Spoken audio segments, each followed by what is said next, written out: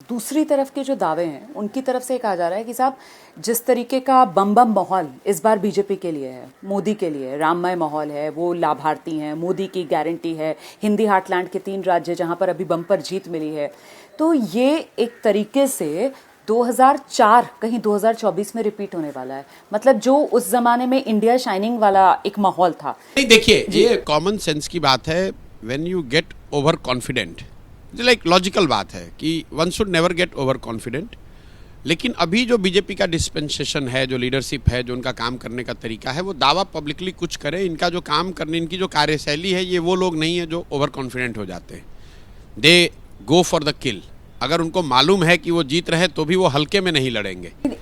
ये जो कोई एग्जाम्पल के साथ अगर मैं आपको बता रहा हूँ, जैसे मोदी जी या अमित शाह या जो भी अभी बीजेपी की लीडरशिप है, इनकी कार्यशैली ये नहीं है कि बस जीत हो गया, अभी बैठ जाओ, बस जीतने ही वाले हैं।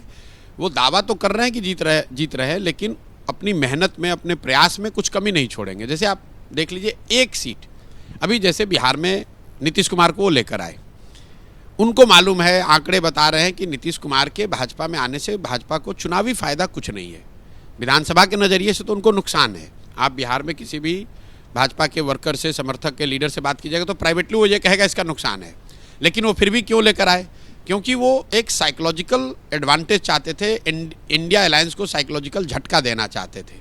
आप जो देख रहे हैं अभी महाराष्ट्र में वो अशोक चौहान को लेकर आए, ये सब क्यों कर रहे हैं? वो एक एक सीट भी जो है कि if we are on top we must finish the opposition, तो ये उनका स्वभाव है, उनका कार्यशैली का हिस्सा है। तो ये अगर मैं उनके सामने हूँ तो मैं ऐसा नहीं मानूंगा कि they have become complacent. They are not people who get complacent. अगर आपको उनसे लड़ना है तो आप ये मान कर चलिए कि वो लास्ट तक लड़ेंगे। अगर जीत रहे तो भी उस जीत को और बड़ी बनाने के लिए और ज़्यादा प्रयास करेंगे। हार रहे तब तो प्रयास करेंगे ही करेंगे। तो मैं 2004 की सिनेरियो को नहीं देखता हूँ, क्योंकि 4 में लीडरशिप अलग थी, आज लीडरशिप अलग है। एक बात मुझे बताइए, कर्नाटक चुनाव जब हुआ था, उसका नतीजा जब आया था, तो ऐसा लग रहा था कि विपक्ष के लिए एक माहौल बनता हुआ नजर आ रहा था। ऐसा लग रहा था कि शायद विपक्ष मजबूत होता हुआ नजर आ रहा है। ये डिरेल क्यों होने लगी? और खासतौर से नीतीश कुमार। नहीं, देखिए आपको मैं बताऊं, पहले तो राज्यों के चुनाव को सीधा एक्सट्रापोलेट लोकसभा से करना ये बहुत बड़ी भूल है। आपको याद दिलाना चाहता हूं, आपके दर्शकों को, 2018 में बीजेपी कर्नाटक हारी, बड़ी मुश्किल से। 2017 में गुजरात में अपनी सरकार बचाई बीजेपी ने, बड़े मुश्किल से 15 सीट से ही सरकार बची। कर्नाटक में वो चुनाव हारे। उसके बाद छत्तीसगढ़, मध्य प्रदेश, राजस्थान, तीनों जगह चुनाव हार गए। फिर भी जाके लोकसभा में इतनी बड़ी जीत मिल गई। राज्यों के चुनाव का माहौल पर असर हो सकता है, लेकिन उसका सीधा कोरिलेशन फाइनल आउटकम पर नहीं है। कर्नाटक के चुनाव के बाद, कांग्रेस की जीत के बाद, जरूर एक माहौल, एक अपॉर्चुनिटी कांग्रेस के पास थी, लेकिन जब आपने वो प्रयास किया नहीं, उसके बाद आप चुपचाप बैठ गए। इंडिया अलायंस जो बना जून जुलाई में, देखिए जून में इंडिया अलायंस बना है, जून से लेकर अभी हम लोग फरवरी में बैठे हुए हैं, करीब करीब 8 महीने हो गए। 8 महीने में इंडिया अलायंस के लोग कुल 6 या 8 दिन साथ में बैठे हैं। तो अगर आप 7 दिन यहीं पर बैठ जाते और 7 दिन में ये सारा काम कर लेते तो आपके पास 8 महीने उस काम को ज़मीन पर एग्जीक्यूट करने के लिए होता है। राहुल जी मान लीजिए यूरोप जाते हैं, अमेरिका जाते हैं, 7 दिन जाते हैं ना साथ में।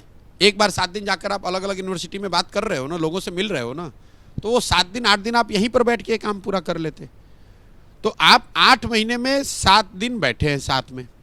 आज तक इंडिया अलायंस का एक पब्लिक मीटिंग नहीं हुआ, ना उसका कोई नैरेटिव बना, ना कोई कॉमन मिनिमम प्रोग्राम जनता ने देखा, ना कोई उसके चेहरे बने, ना सीट शेयरिंग का काम हुआ।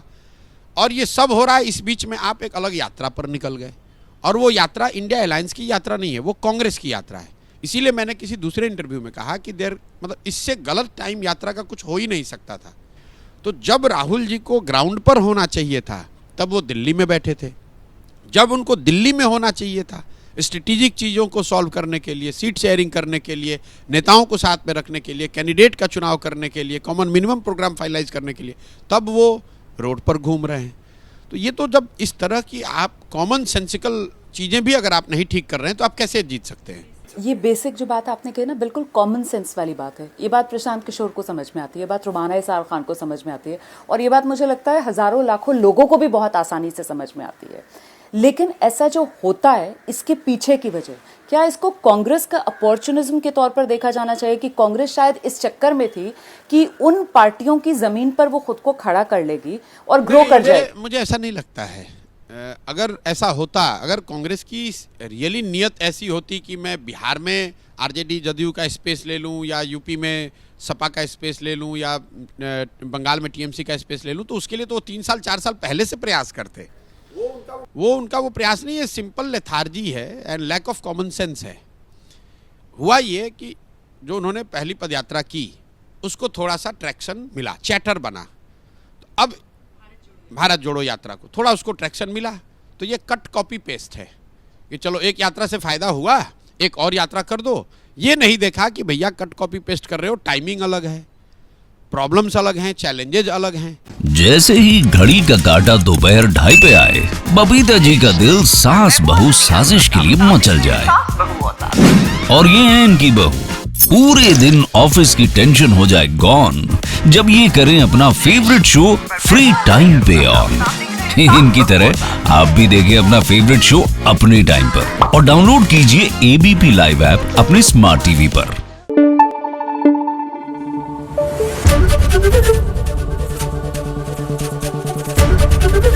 एबीपी न्यूज आपको रखे आगे।